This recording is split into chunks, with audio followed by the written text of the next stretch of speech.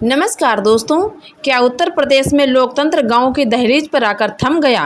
जहां एक तरफ 5 साल का कार्यकाल खत्म होने के बाद ग्राम प्रधानों की शक्तियां छीनकर अफसरशाही प्रशासकों के हवाले कर दी गईं, वहीं अब सूबे के 80,000 राशन कोटेदारों ने सरकार के खिलाफ खुली बगावत का बिगुल फूंक दिया।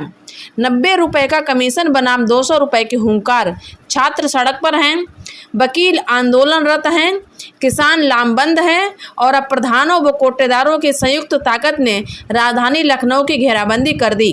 सवाल बड़ा है कि अक्टूबर नवंबर में पंचायत चुनाव कराकर सरकार इस राजनीति चक्रव्यूह से निकल पाएगी या फिर 2027 के विधानसभा चुनाव से पहले ये जन असंतोष सत्ता के गलियारों में बड़ा भूचाल लाएगा। आज बात करेंगे उत्तर प्रदेश की उस जमीनी राजनीति की जिसकी आंच अब लखनऊ की वातानुकूलित इमारतों तक पहुंचने लगी है। एक तरफ जहां सूबे में त्रिस्तरीय पंचायत चुनाव की तारीखों को लेकर उथल पुथल की स्थिति बनी हुई है, वहीं दूसरी तरफ गांव देहात की धड़कन कहे जाने वाले ग्राम प्रधान और गल्ला राशन बांटने वाले कोटेदार एक ही मंच पर आ गए। सोचिए, जब गांव में राशन बांटने वाला कोटेदार और गांव की सत्ता संभालने वाला पूर्व प्रधान एक साथ हाथ मिला लें तो समझ जाइए कि बात सिर्फ 90 रुपये या 200 रुपये के कमीशन की नहीं है, बात अब स्वाभिमान और सियासी वजूद की बन चुकी है।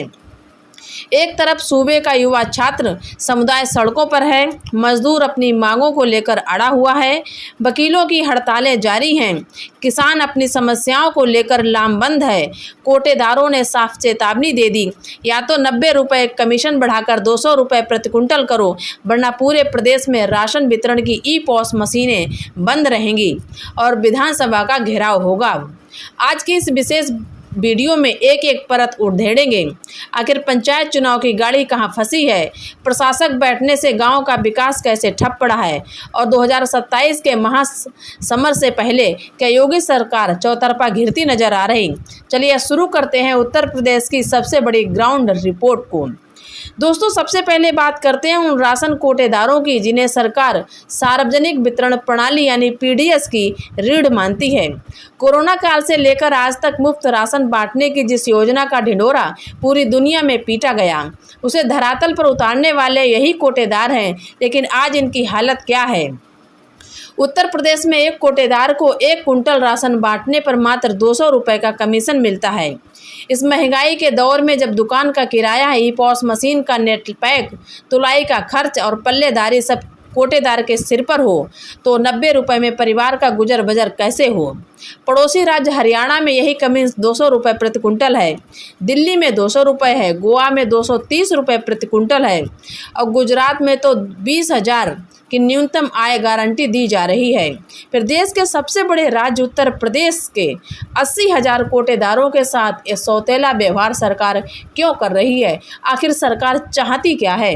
All India fair price shop dealer association के बैनर तले जब हजारों कोटेदार लखनऊ के चारबाग पहुंचे और विधान भवन की ओर मार्च करने लगे तो पुलिस बल लगाकर उन्हें इको गार्डन में रोक दिया गया। कोटेदारों का सीधा सवाल है, जब योजना 1 नेशन 1 राशन कार्ड है तो हमारा कमीशन 1 नेशन 1 कमीशन क्यों नहीं हो सकता। दोस्तों, हम आपको बता दें कि भाई ये पंचायत चुनाव के उस पेज पर जहां गांव की पूरी प्रशासनिक व्यवस्था आकर अटक गई है।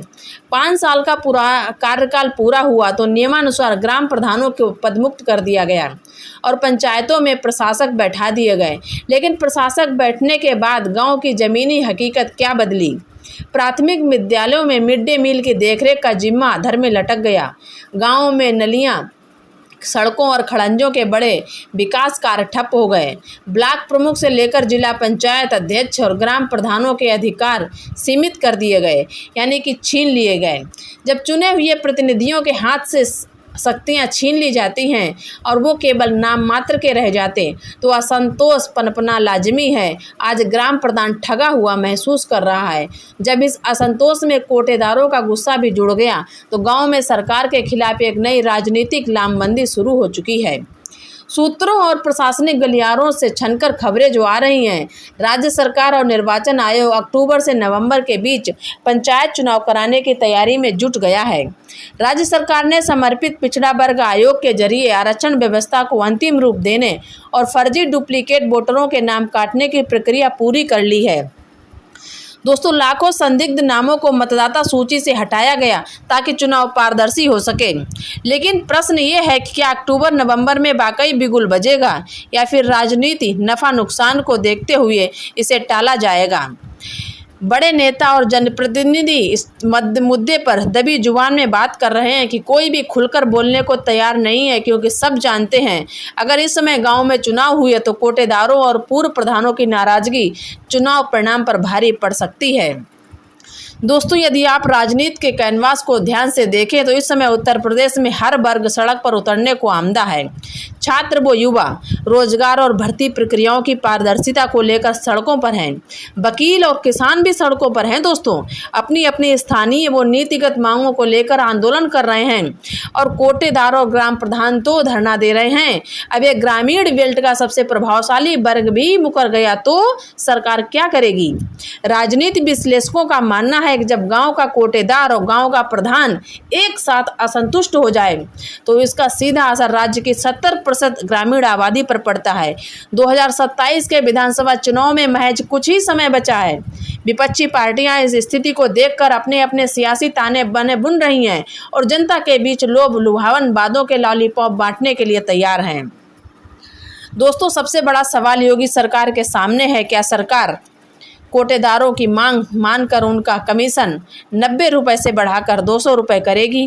कि अक्टूबर नवंबर में पंचायत चुनाव की घोषणा करके ग्राम प्रधानों और ग्रामीण जनता का विश्वास बहाल किया जाएगा, या फिर ये खींचतान यूं ही चलती रहेगी और धरना प्रदर्शन का सिलसिला 2027 के मुख्य चुनाव तक खिंचेगा? सरकार को यह समझना होगा कि सिर्फ आश्वासन देने से काम नहीं चलेगा। यदि 12 अगस्त या आगामी वार्ताओं में कोई ठोस हल नहीं निकला तो पूरे प्रदेश में राशन वितरण ठप होने का संकट गहरा सकता है। आप इस पूरे मुद्दे पर क्या सोचते हैं? क्या कोटेदारों की 200 रुपये कमीशन की मांग जायज़ है? क्या प्रशासक राज खत्म करके जल्द से जल्द पंचायत चुनाव कराए जाने चाहिए? अपनी राय कमेंट बॉक्स में